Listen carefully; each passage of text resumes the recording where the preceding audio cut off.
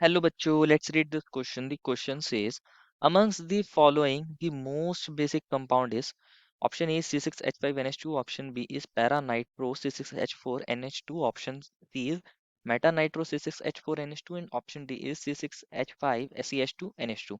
बच्चों इस क्वेश्चन में हमें चार बच्चों कंपाउंड्स मिले हैं एबीसीडी के अंदर और हमें बताना है इनमें सबसे ज्यादा बेसिक कौन होगा। तो फर्स्ट ऑफ ऑल बात करते हैं इस क्वेश्चन के की कॉन्सेप्ट के बारे में बच्चों।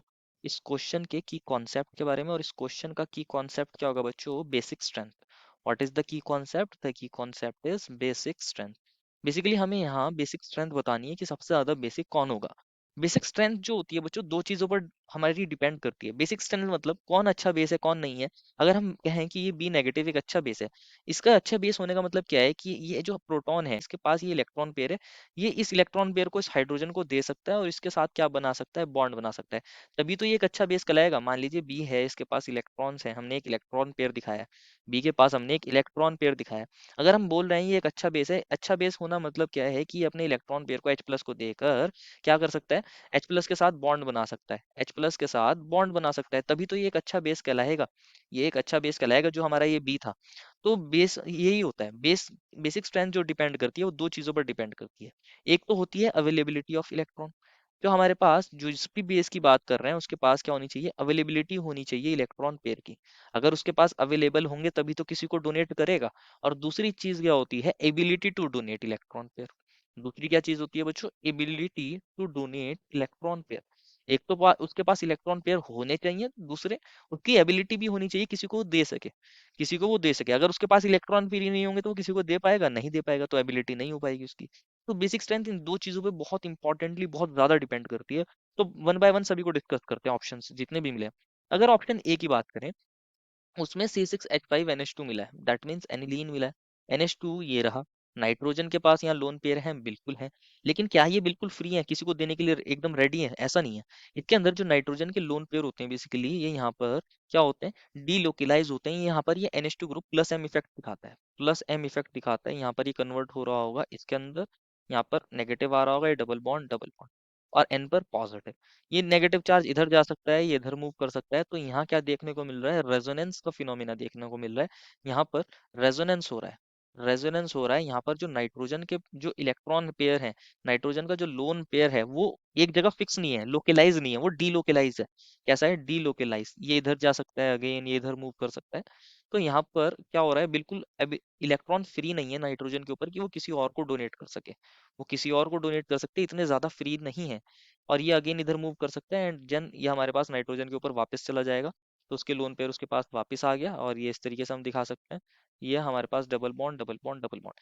क्योंकि इलेक्ट्रॉन पेयर बहुत ज्यादा फ्री नहीं है, यहाँ रेजोनेंस में पार्टिसिपेट कर रहे हैं, डीलोकेलाइज हो रहे हैं, इस वजह से ये कम बेसिक होता है, लेस बेसिक। हम बोलते हैं यहाँ पर जो नाइट्रोजन है ये लेस बेसिक होता है। कैसा होता है, लेस बेसिक।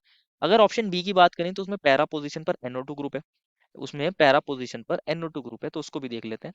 अगेन कंपाउंड हमारे पास ये एनिलीन ही है, NH2 ही ग्रुप है अटैच C6H4 से। और इस बार यहाँ C6H4 में यहाँ पर कौन है, ये NO2 ग्रुप है। अब NO2 ग्रुप का होना मतलब यहाँ पर O negative, double bond O और N पर पॉजिटिव, और वो भी पैरा पोजीशन पर। बच्चों आपने देखा था नाइट्रोजन के इलेक्ट्रॉन पेयर क्या हो रहे थे, डीलोकेलाइज हो रहे थे। NO2 ग्रुप एक इलेक्ट्रॉन विड्रॉइंग ग्रुप होता है, ये फर्दर क्या करेगा, ये इलेक्ट्रॉन यहाँ पर जाए, ये इधर जाए, और ये बॉन्ड इधर मूव कर सकता है एंड ये यहाँ पर इस तरीके से ओ नेगेटिव पर, ओ पर नेगेटिव आ सकता है। तो हम इसको दिखा सकते हैं डबल बॉन्ड एन, और यहाँ पर O negative, O negative, N पर पॉजिटिव, ये डबल बॉन्ड और ये NH2, और यहाँ इस पर एन पर पॉजिटिव। तो यहाँ क्या हो रहा है, NO2 ग्रुप क्या कर रहा है, C6H5 जो ग्रुप था उसके अंदर तो बच्चों कोई ऐसा ग्रुप नहीं था, सिर्फ C6H5 के अंदर ही इलेक्ट्रॉन पेयर क्या हो रहे थे, डीलोकेलाइज थे। यहाँ NO2 ग्रुप होता है electron withdrawing group, para position पर ये माइनस एम इफेक्ट लगा रहा है, माइनस मेसोमेरिक इफेक्ट लगा रहा है, इलेक्ट्रॉन विड्रॉइंग ग्रुप की तरह काम करता है, इलेक्ट्रॉन विड्रॉइंग ग्रुप। ये फर्दर क्या कर रहा होगा, एक तो इलेक्ट्रॉन क्या हो रहा है, नाइट्रोजन पर बिल्कुल भी फ्रीली अवेलेबल नहीं है, और ये अपनी तरफ और ज्यादा खींच रहा है, अपनी तरफ और ज्यादा अट्रैक्ट कर रहा है इलेक्ट्रॉन्स को। तो इलेक्ट्रॉन विड्रॉइंग ग्रुप होता है बच्चों NO2 ग्रुप, अपनी तरफ और ज्यादा खींचने की वजह से बिल्कुल भी फ्री नहीं होंगे, बिल्कुल भी फ्री नहीं होंगे ये इलेक्ट्रॉन। ये जो हमारा ए था उसके पास तो फिर भी कुछ हद तक इलेक्ट्रॉन्स नाइट्रोजन पर थे, डीलोकेलाइज थे, लेकिन नाइट्रोजन पर थे, कुछ हद तक तो थे। लेकिन इसके अंदर तो बिल्कुल भी फ्री नहीं होंगे। यहाँ NO2 ग्रुप जो है माइनस एम इफेक्ट लगा रहा है, माइनस एम इफेक्ट लगा रहा है। अगर हम बेसिक स्ट्रेंथ की बात करें, क्योंकि इलेक्ट्रॉन पेयर जो बी में है, इलेक्ट्रॉन पेयर जो बी में है बच्चों नाइट्रोजन के पास बिल्कुल भी फ्री नहीं होंगे, तो बी जो होगा कम कम बेसिक होगा as compare to option number A. B जो है कम बेसिक होगा as compare to option number A. B और ए को तो हमने कंपेयर कर लिया। सी की बात करते हैं, उसमें जो NO2 ग्रुप है वो मेटा पोजीशन पर है। जो NO2 ग्रुप है इस बार ये मेटा पोजीशन पर है। ये NH2 है, नाइट्रोजन के पास लोन पेयर है, और यहाँ पर ये हमारे double bond double bond double bond, लेकिन NO2 ग्रुप इस बार मेटा पोजीशन पर है। NO2 ग्रुप बच्चों इस बार मेटा पोजीशन पर है। मेटा पोजीशन पर बच्चों NO2 ग्रुप का क्या होता है, यहाँ पर माइनस एम इफेक्ट काम नहीं कर सकता। ये इलेक्ट्रॉन इधर जाए, ये इधर तो मूव कर सकता है, लेकिन यहाँ कोई बॉन्ड नहीं है कि वो N पर शिफ्ट हो एंड देन ये इधर मूव करे। यहाँ NO2 ग्रुप का माइनस एम इफेक्ट काम नहीं करता। लेकिन NO2 ग्रुप का कौन सा इफेक्ट काम करता है, यहाँ माइनस आई इफेक्ट काम करता है। NO2 ग्रुप का माइनस आई इफेक्ट काम कर रहा होगा, यहाँ माइनस आई इफेक्ट काम कर रहा होगा। अभी भी नाइट्रोजन के लोन पेयर जो हैं बच्चों वो डीलोकलाइज तो होंगे, ये इधर मूव कर सकता है, ये इधर मूव कर सकता है, अगेन ये इधर पैरा पोजीशन पर जा सकता है, ऑर्थो पोजीशन पर जा सकता है। डीलोकलाइज तो अभी भी होंगे, लेकिन ये माइनस आई इफेक्ट क्या काम कर रहा होगा, थ्रू माइनस आई इफेक्ट ये इलेक्ट्रॉन डेंसिटी को और कम कर रहा होगा नाइट्रोजन पर।